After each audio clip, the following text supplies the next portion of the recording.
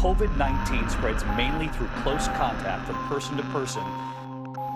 The virus spreads easily between people. The Philippines has declared a national public health emergency to contain the spread of the virus.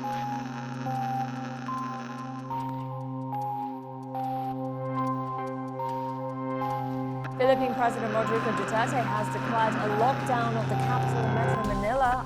President Rodrigo Duterte will place Metro Manila on lockdown for at least 30 days to contain the spread of the novel coronavirus in the Philippines. It's just a matter of protecting and defending you from COVID-19.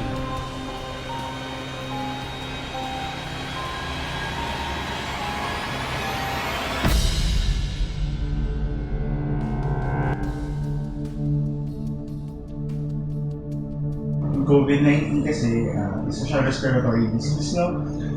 December 2019, I think, nag-declare yung WHO na merong nakita ng virus na kumakalat sa China. Then, from then on, nag-spread siya, ang bilis ng pagkalat niya, no? Ngayon, nire-regard na siya as isang public health emergency.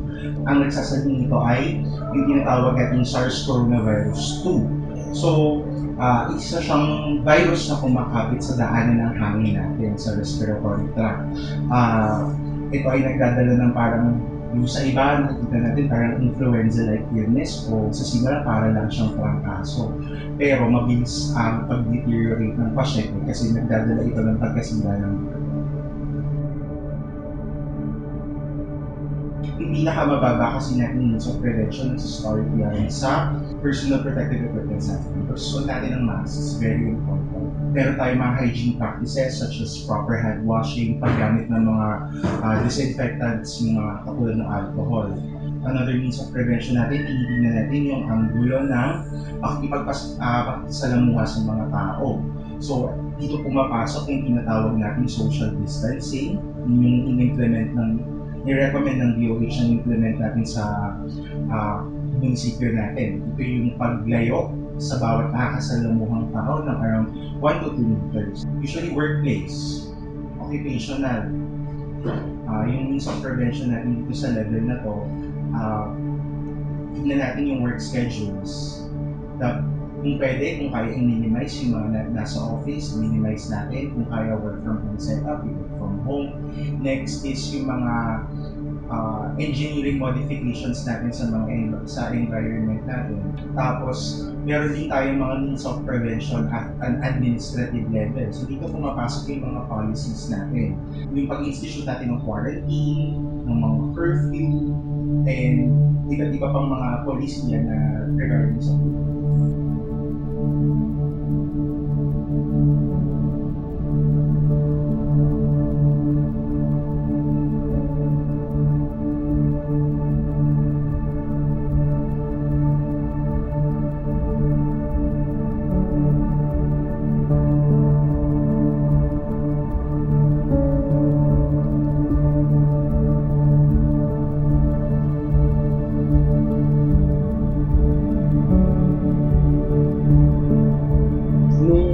binaba yung order, no, na una pa lang yung sa Metro Manila, no, agad natin pinulong yung mga barangay captains, no. Actually Sabado yun, sa bahay namin pinulong sila agad at diniscuss sa kanila yung mga posibleng mangyari, no, dun sa sitwasyon ng pandemya sa Pilipinas. Nagsisimula pa lang noon, no.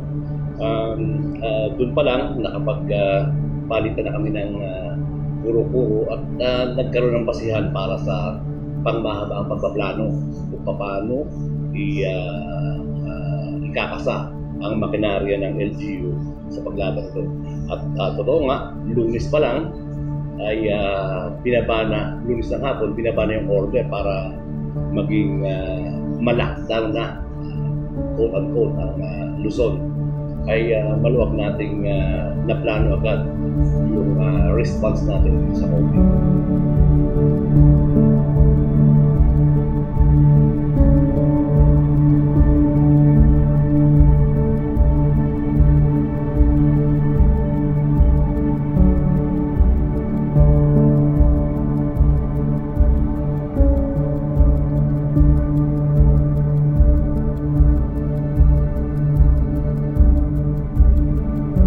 sa bahagi ng Operation Section Unit, bilang Operation Section Chief ng ating Incident Command System o yung Incident Management Team natin, inalam muna natin ang strength ng ating mga kapulisan together with the PNP Force Multipliers na makakatulong sa atin dito sa problema natin laban sa COVID when it comes to sa security.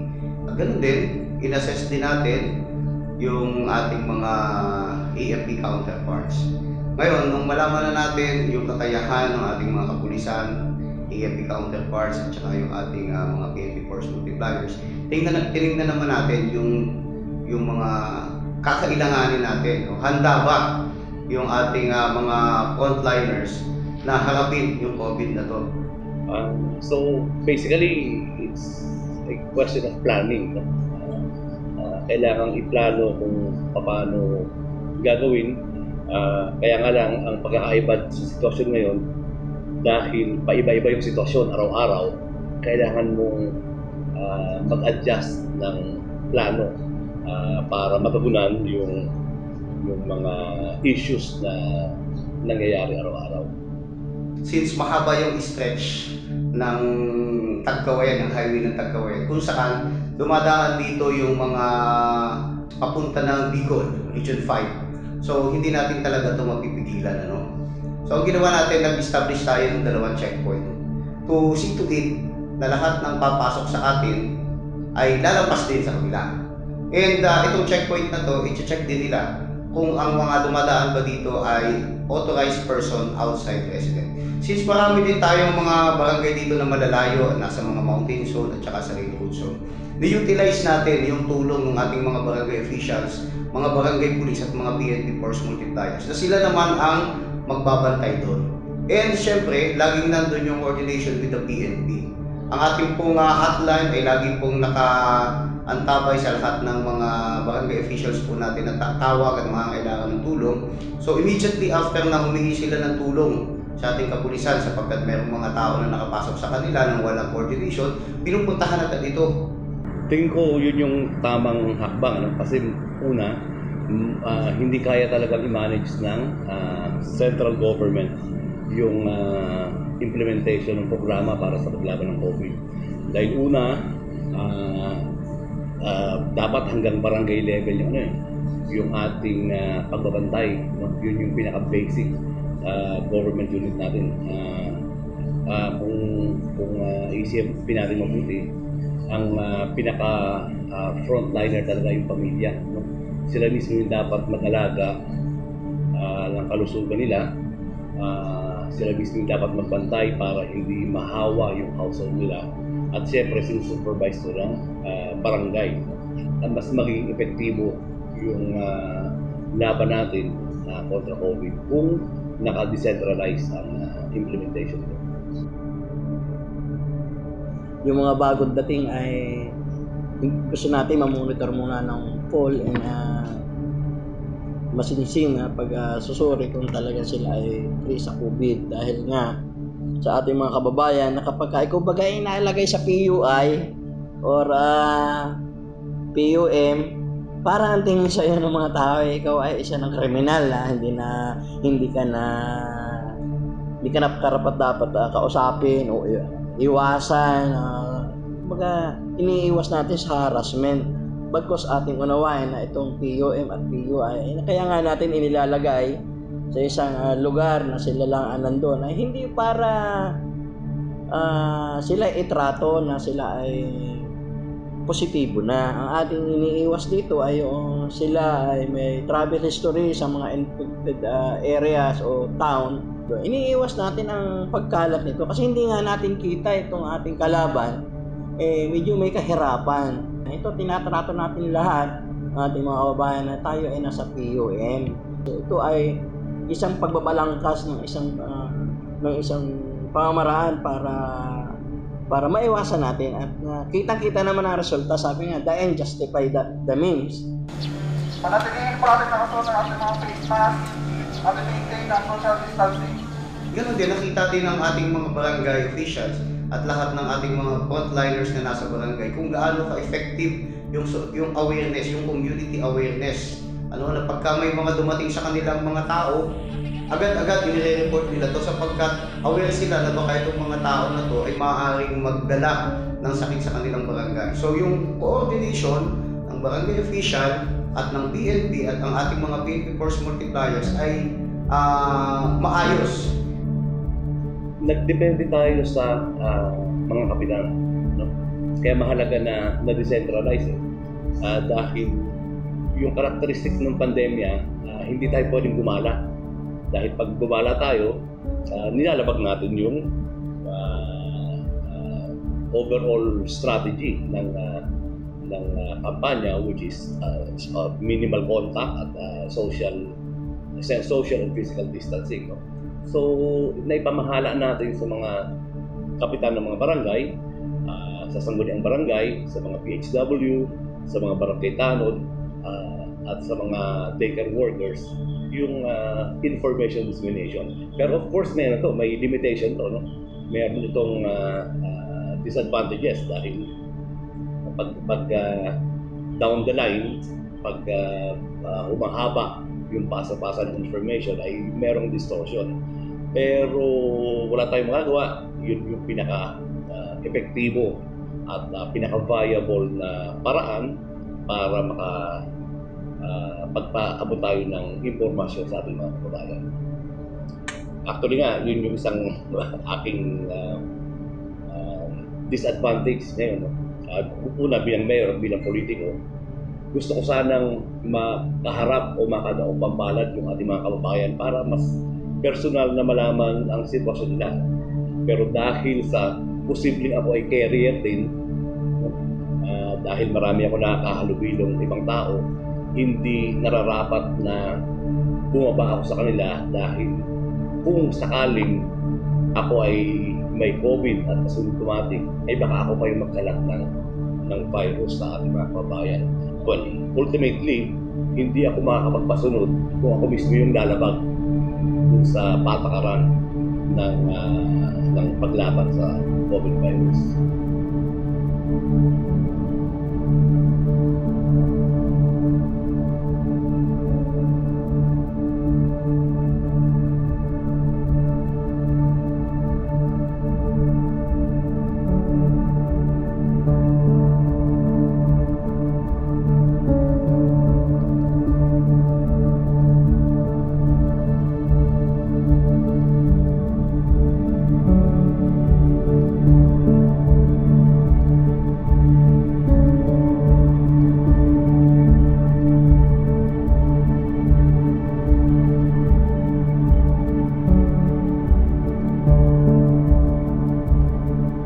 First stage ng ating laban kontra COVID. Yung first week hanggang second week na to, talagang nakita natin na merong mga tao na hindi talaga nila kayang tanggapin yung tinatawag na enhanced community quarantine. Kung saan maraming mga nagiging pasaway. Kami naman ay lumagay doon sa sisihin nyo na kami ngayon sa paghihigpit para mapanatiling COVID-free ang Tagkawayan kaysa masisi nyo kami sa panahon tayo ay puno ng kaso ng COVID-19 at saka kami naghihigpit. So tumaya tayo dito ng buong buo. Ito nahihirapan tayo dito kasi kailangan nating protektahan yung ating mga kababayan. At the same time, kailangan nating i-address yung problema. Like for instance, yung paglabas-labas nila, kailangan nating curfewin sapagkat kailangan nating ipaliwanag sa kanila na the more na lumalabas sila, the more na kumakalat yung virus. Sapagkat nung una, malaki pa yung porsyento ng resistance sa ating mga kababayan. Bakit tayo ay naghihigpit? Dahil sa gusto natin na mapanatili na COVID-0 ang ating minamahal na bayan ng Tagkawayan, ay minabuti namin na medyo masisi ng konti ng ating mga kababayan. Noong unang mga araw at linggo, ito ay talaga medyo may kahirapan sa parte ng nanunungkulan. Lalo-lalo na ng ating mga frontliners na talagang full na nagsakripisyo. Likas naman yan sa mga mamamayan at kahit sinong tao na pagka dumating yung unang pagkakataon, mahirap mong tanggapin sapagkat hindi ka naman naka-mindset doon. So what we did, atin ding inintindi yung kanilang pagkukulang, sapagkat hindi mo naman agad-agad may ibigay sa mga tao yung gusto mo without hesitation, hindi pwede yun. So, naiparating natin sa mga tao na kinakailangan bawat isa ay magtutulungan, bawat isa ay may partisipasyon. Hindi lang ito laban ng ating kapulisan, hindi lang ito laban ng ating local government, laban natin ito. Tayo magtutulong-tulong, mas madali nating ma-address yung problema. Ang nakikita kong pinakamahirap na bahagi ng laban sa pandemya, yung uncertainty. Yung kakulangan sa kaalaman. Una, dahil ang nilalaban natin ay virus. Hindi natin siya nakikita, no? At hanggang ngayon wala pang gamot tungkol dito. Bukod doon, ang sitwasyon ay nag-i-evolve at hindi mahulaan. Like halimbawa, nung una sa Metro Manila lang yung sentro ng pandemya, pero ngayon ay lumilipat sa ibang lugar, no?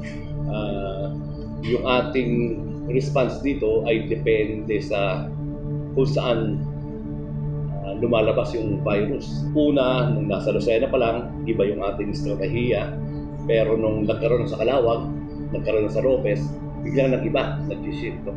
Sa ngayon, yung hakbang na ginagawa ng RHU, ng buong bayan actually ng Tagkawayan, no, is yung sa mga barangay level, nag-monitor na tayo per barangay, no, yung mga taong outside of Tagkawayan na pumasok, no, dito sa atin, galing sa mga lugar na mayroong positive cases, no, or na-expose dun sa mga tao, kung meron man, sa mga taong nag-positive or nagkaroon ng mga travel history outside of the Philippines, lalo na yung China that time.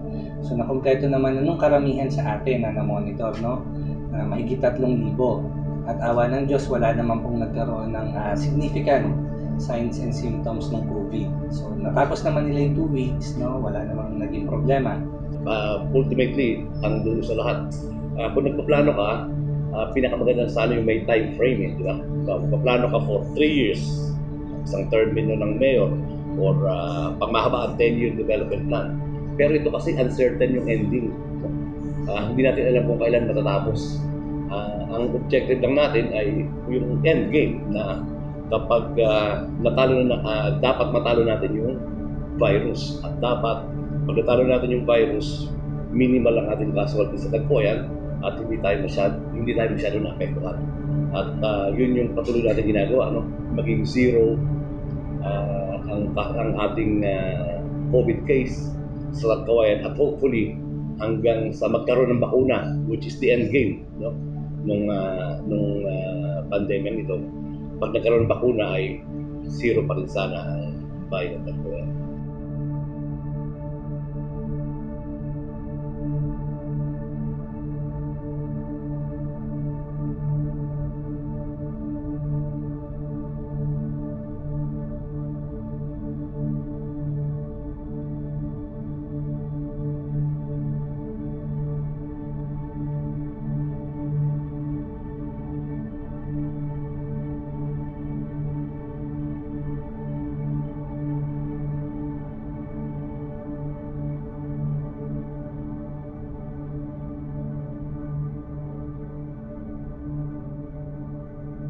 Pagdating naman sa gawain ng Sangguniang Bayan patungkol sa ating hinaharap na COVID-19, tatandaan nyo kung noong una na nitong panahon na wala tayong kaso, ganito na kalaki yung punto natin nagagamit.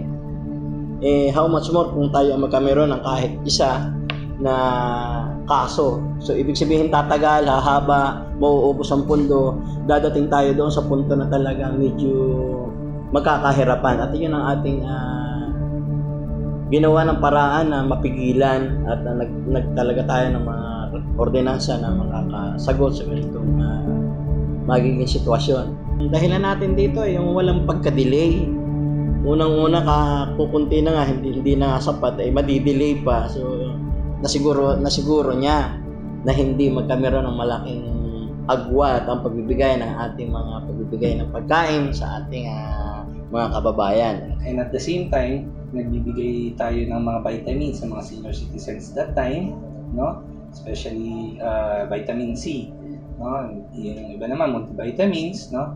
Tapos nagbigay din tayo po sa per barangay level, no, dun sa mga checkpoint areas, at least dun sa BERT, no, yung Barangay Health Emergency Response Team, no, ng panimulang gamit katulad ng face mask, no, mga alcohol, tapos yung mga thermometer, no, na pang-monitor dun sa mga temperatura nila. At tapos eventually nagkaroon tayo, no, nag-procure si Mayor ng yung thermal scanner para mas mapabilis po. So per barangay nagbigay din po tayo na.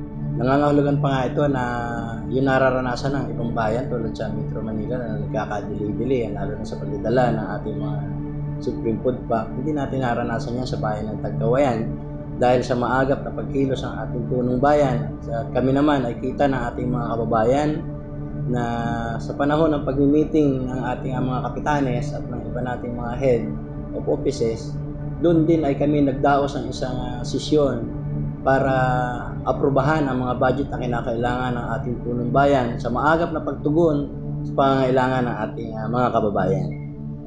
Malaking tulong una sa relief goods, no? Marami tayong mga kaibigan, marami tayong mga kakilala, marami tayong mga kababayan na nagpusang loob na tumulong, no, sa ating bayan, no? Pero bukod at palagay ko mas mahalaga kaysa sa relief goods lamang ay yung sharing of information. Mas maaga tayong nakakakuha ng impormasyon, sharing of essential materials, no? Nakahanda tayo for any eventuality, no? Hindi na kailangan sabihin sa lahat, pero meron tayong kagamitan, meron tayong kakayahan, at meron tayong mga tao, at meron tayong kakayahan para kung ano man ang mangyari, posibleng mangyari, tayo ay nakahandang umarap at nakahanda i-address yung sitwasyon, kung anumang sitwasyon ang mangyayari.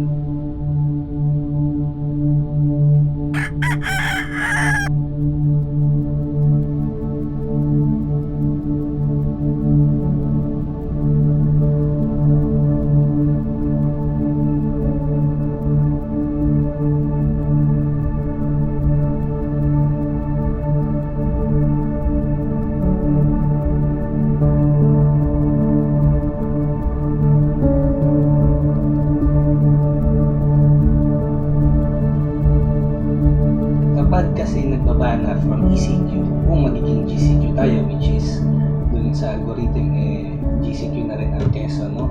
Dapat nga mas maghigpit tayo, no? Kasi alam naman natin, kapag nag-GCQ na, ang tendency kasi ng karamihan o yung intindi ng iba, bubukas ka agad, no? Siguro at our level, LGU level, medyo mas magbubukas ng konti para sa mga taga-Tagkawayan. Pero yung mga manggagaling outside of Tagkawayan, tsaka lalabas ng outside ng Tagkawayan, maghihigpit tayo dapat, no? Dahil nga mini-maintain natin na COVID-free yung Tagkawayan.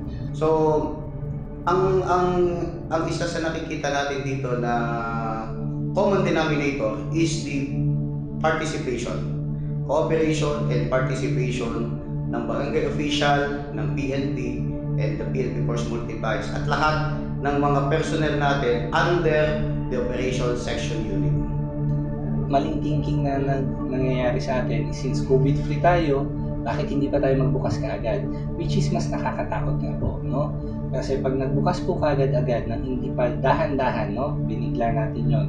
Meron yung tinatawag sa study, meron tinatawag na yung second wave, third wave, which is nakakatakot. Kaya po hindi hikayat namin yung mga tao, no? At our level po, no? Pag medyo nagluwag naman, wag mong kakalimutan yung pagsusuot ng face mask. Number 1 po yun, no? Again, bakit po? Kung papansinin niyo po, ang level of transmission nila is sinasabi, di ba, sa droplets nga, no? Ang lumalabas sa bibig, sa ilong, yun po, dapat naka-face mask. Bakit, no? Dahil nga, pansinin niyo, paano ba kinukuha yung swab test? Diba, may rapid test na tinatawag sa dugo. Pero yung confirmatory, yung gold standard diagnostic test natin, swabbing. So, saan sinaswab? Sa bibig, sa ilong. No? Bakit po? Kasi nga doon nagla-lodge. Merong isa, pati sa mata, pero hindi common yung sa mata. no? Pansin nyo sa ilong tsaka sa bibig kasi yung nai-inhale mo, nai-ingest natin, doon siya nanggagaling. Pag nag-lodge yung virus doon sa loob, doon yung kinukunan ng sample, no? Doon sa tissues natin sa loob. Yun yung pinapang-confirm. So, bakit kailangan mag-face mask? Dahil doon po siya pumapasok talaga. So, napakahalaga po ng face mask, no? Kung wala man tayong full battle gear na PPE, at least yung face mask po. Pag lalabas kayo, kakausap mo ibang tao, or may tao kayong kakausapin, make sure ipasuot nyo yung face mask niya. Kung hindi siya naka-face mask, ikaw naman po, kung hindi ka naka-face mask, make sure na i-double check mo rin na kailangan naka-face mask na. So, at yun lang, at that level lang siguro, medyo malaking tulong na yun aside dun sa hand washing, no? Pero hindi bawal maligo kasi iba ang tanong, pwede ba maligo? Puro hugas ng kamay? Siyempre, definitely number 1 yung maligo, no? And yung stay at home lang po, kung wala naman pong mahalagang bibilin na essential goods at gamot, no? Or hindi emergency cases na dapat itakbo sa ospital, huwag na muna naglabas. Ginawa ito para makabalik sa trabaho yung mga tao. But that doesn't necessarily mean na umuokay yung sitwasyon. Relatively, bumababa, hindi ganun kabilis yung pagdami ng kaso sa Pilipinas compared dun sa nung nagsimula tayo, no? Pero, kung titignan mo siya, may kaso pa rin tayo. Ang kailangan dyan, una, tatanungin natin yung mga sarili natin, yung mga ginagawa ba natin, ma-prevent ba natin yung pagka-infect ng mga tao sa bahay. Next is, paano gagawin natin? Sigurado ba natin na yung nakakasalamuhan natin merong walang sakit? So, hindi talaga natin masabi kasi unang-una, medyo nagkakaroon ng delay sa testing. So, hindi natin alam kung yung mga na-encounter natin sa labas. Hindi talaga natin totaling masasabi na wala silang COVID. So, ano yung pwedeng mangyari doon? Kung hindi tayo mag-ingat, basta-basta na lang tayo, babalik tayo sa dati natin gawin. Tandaan natin yung mga COVID patients, no? Merong certain percentage na nangangailangan ng ICU care. Yung iba, admit lang sa hospital. Maswerte kung kung mga mild signs and symptoms lang. Pero kung andun ka sa kailangan mong ma-admit or kailangan mong ipasok sa ICU, pwede kasi na ang laki ng gastos sa kakaharapin mo.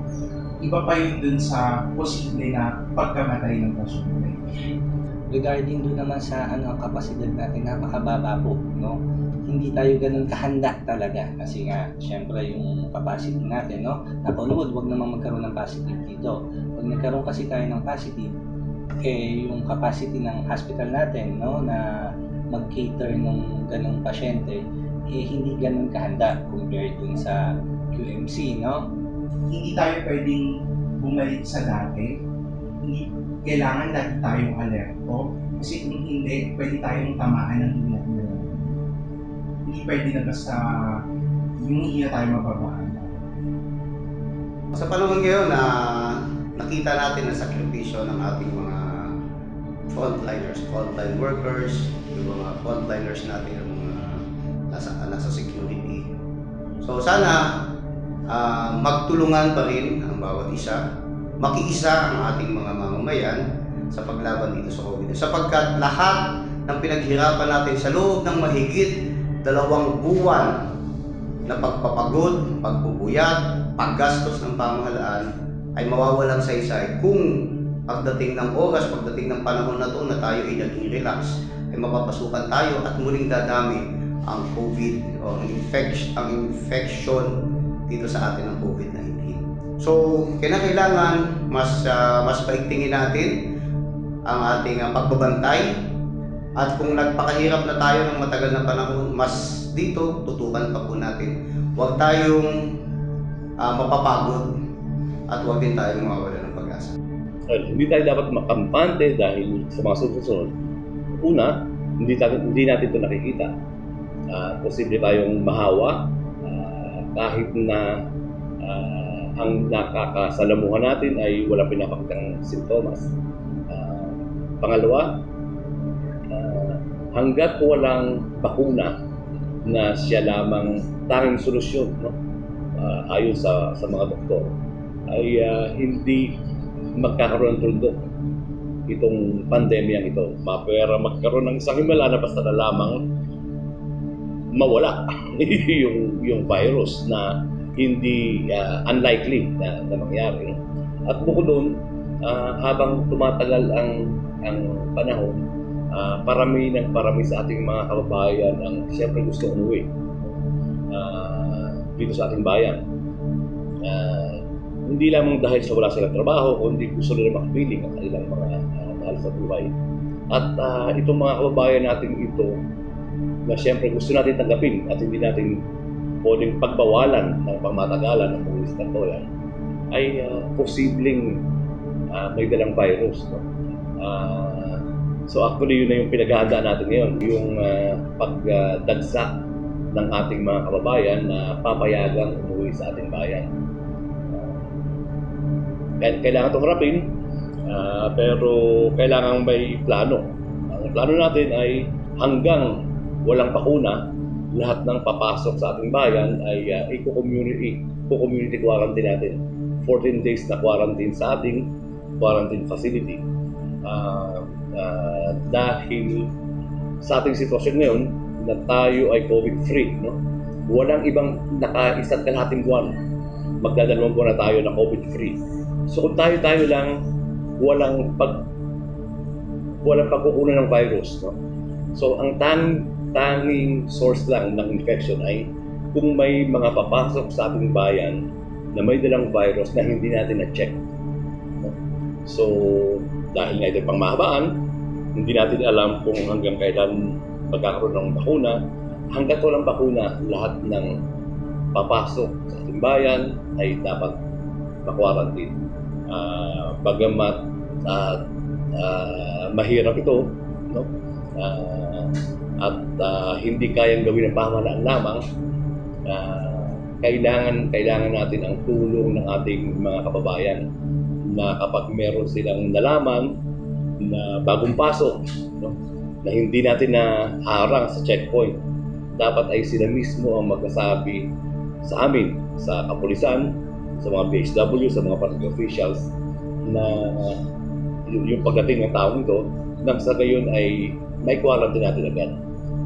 Muli-ulitin ko, hindi ito kayang gawin namin lamang. No? Hindi ito kaya ng checkpoint lamang. Ang tine-checkpoint natin ay fixed points, no? Sa kalsada lang. Pero maaari itong iwasan ng taong gusto talagang pumasok. Kaya ang inaasahan natin ay ang ating mga kababayan mismo, yung mga kapitbahay, no? Na nakakita ng taong bagong dating ang siyang magre-report sa amin para ito'y ma-quarantine natin. Nang sa gayon ay mapanatili natin walang makapasok na COVID sa bayan.